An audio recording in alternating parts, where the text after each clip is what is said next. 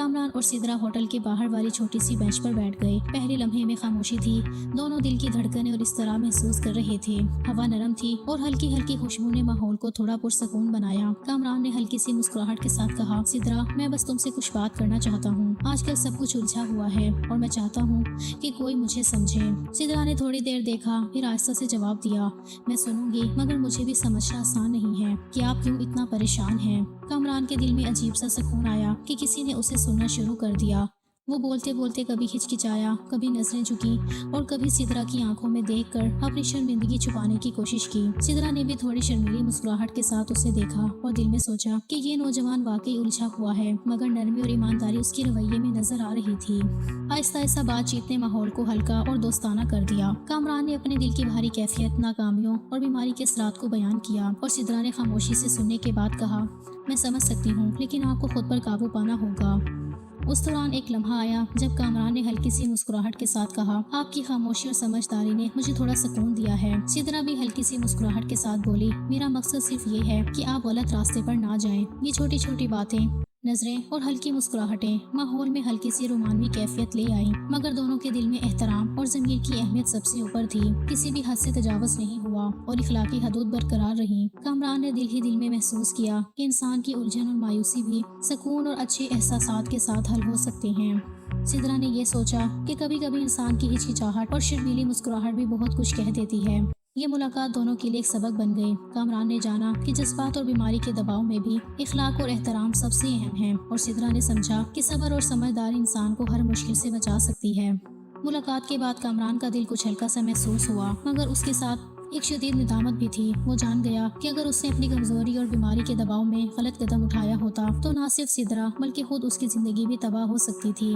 راستے میں واپس آتے ہوئے کامران نے دل ہی دل میں سوچا، زندگی میں مایوسی، بیماری اور ناکامی انسان کو بہکا سکتی ہیں، مگر ضمیر کی آواز ہمیشہ ہمیں صحیح راستے کی طرف لے آتی ہے۔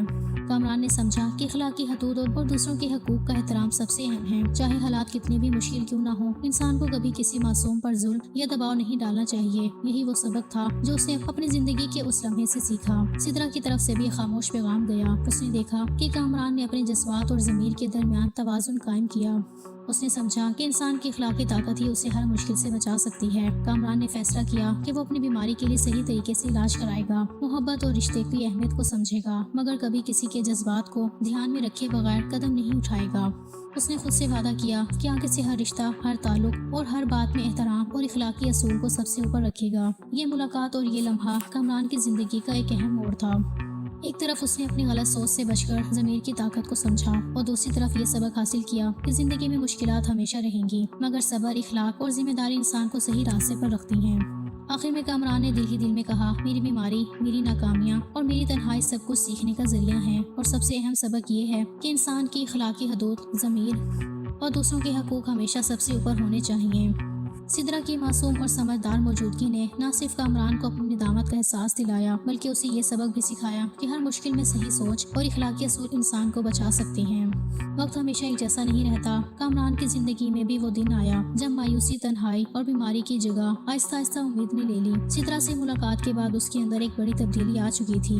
وہ اب خود کو قصوروار سمجھتا تھا، اور یہ احساس اس کے لیے تکلیف دہ ہونے کے باوجود اصلاح کا ذریعہ بن گیا۔ اس نے سب سے پہلے اپنی بیماری کا باقاعدہ علاج شروع کیا، بری صحبت چھوڑ دی، دوستوں کے ساتھ لڑائی جھگڑے ختم کیے اور گھر والوں کے قریب ہو گیا۔ جو کامران کبھی غصہ، ضد اور لاپرواہی کی مثال تھا، اب وہی کامران خاموش، سنجیدہ اور ذمہ دار نظر آنے لگا۔ چند مہینوں بعد اس کے گھر ایک رشتہ آیا۔ یہ رشتہ نہ بہت امیر تھا اور نہ ہی کسی دکھاوے پر مبنی، مگر لڑکی سمجھدار، با اخلاق اور سادہ مزاج تھی۔ اس بار کامران نے کسی جلد بازی یا ضد سے کام نہیں لیا۔ اس نے ہر بات کھلے دل سے بتائی، اپنی بیماری، ماضی کی غلطیوں اور زندگی کے نشیب و فراز سب کچھ۔ حیرت کی بات یہ تھی کہ اس ایمانداری نے رشتہ مضبوط کر دیا۔ شادی سادگی سے ہوئی، نہ شور شرابہ، نہ غیر ضروری رسمیں، بس قریبی لوگ، دعائیں اور ایک نئی شروعات۔ شادی کے بعد کامران کی زندگی میں وہ سکون آیا جو وہ برسوں سے ڈھونڈ رہا تھا۔ اس کی بیوی نے اسے محبت کے ساتھ سنبھالا، اس کی کمزوریوں کو سمجھا اور اس کے ماضی کو بار بار دہرا کر اسے تکلیف نہ دی۔ گھر کا ماحول بدل گیا۔ وہی گھر جو کبھی جھگڑوں سے بھرا رہتا تھا اب ہنسی اور اطمینان سے بھر گیا۔ کامران نے ذمہ داری کو خوشی خوشی قبول کیا، کام پر توجہ دی، گھر کا خیال رکھا، اور پہلی بار اسے محسوس ہوا کہ اصل خوشی کسی غلط راستے میں نہیں بلکہ صحیح تعلق میں ہوتی ہے۔ شادی شدہ زندگی میں بھی مشکلات آئیں، مالی دباؤ، ذمہ داریاں اور کبھی کبھی اختلاف، مگر کامران اب بدل چکا تھا۔ وہ غصے کی بجائے بات کرتا، ضد کے بجائے سمجھوتا کرتا اور مایوسی کے بجائے شکر ادا کرتا۔ اسے اکثر اپنی پرانی زندگی یاد آتی تو دل کانپ جاتا، مگر وہ خود سے کہتا کہ اگر اس نے وقت پر خود کو نہ بدلا ہوتا تو شاید آج یہ خوشی بھی نصیب نہ ہوتی۔ یہی کامران کی زندگی کا اصل سبق تھا کہ بیماری ہو، تنہائی ہو یا مایوسی، ان سب کا حل غلط راستے میں نہیں بلکہ صبر، خود احتسابی اور درست فیصلے میں چھپا ہوتا ہے۔ انسان جب خود کو بدلنے کا فیصلہ کر لے تو زندگی بھی اس کے لیے راستے کھول دیتی ہے، اور جو خوشی صحیح طریقے سے ملے وہی دیر پا ہوتی ہے۔ کامران کی زندگی کی یہ داستان جو بیماری، ناکامی، مایوسی اور خطرناک فیصلوں سے شروع ہوئی تھی، اب مکمل طور پر بدل چکی تھی۔ اس نے سدرا کی ملاقات سے سیکھا کہ ہر انسان کے اندر ضمیر کی آواز سب سے بڑی رہنمائی ہے۔ جب اس نے غلط قدم سے باز آ کر صحیح فیصلہ کیا تو اس نے نہ صرف اپنی زندگی بچائی بلکہ دوسروں کے جذبات اور حقوق کا بھی خیال رکھا۔ کامران کی زندگی کی یہ تبدیلی، سدرا کی سمجھداری اور صبر اور صحیح فیصلوں کی اہمیت ہم سب کے لیے ایک سبق ہے۔ مشکلات آئیں گی، دل کبھی کبھی بے چین ہوگا اور راستہ مشکل لگے گا، لیکن اگر ہم صبر کریں، ضمیر کی سنیں اور دوسروں کے حقوق کا خیال رکھیں تو زندگی ضرور بہتر اور خوشحال ہو سکتی ہے۔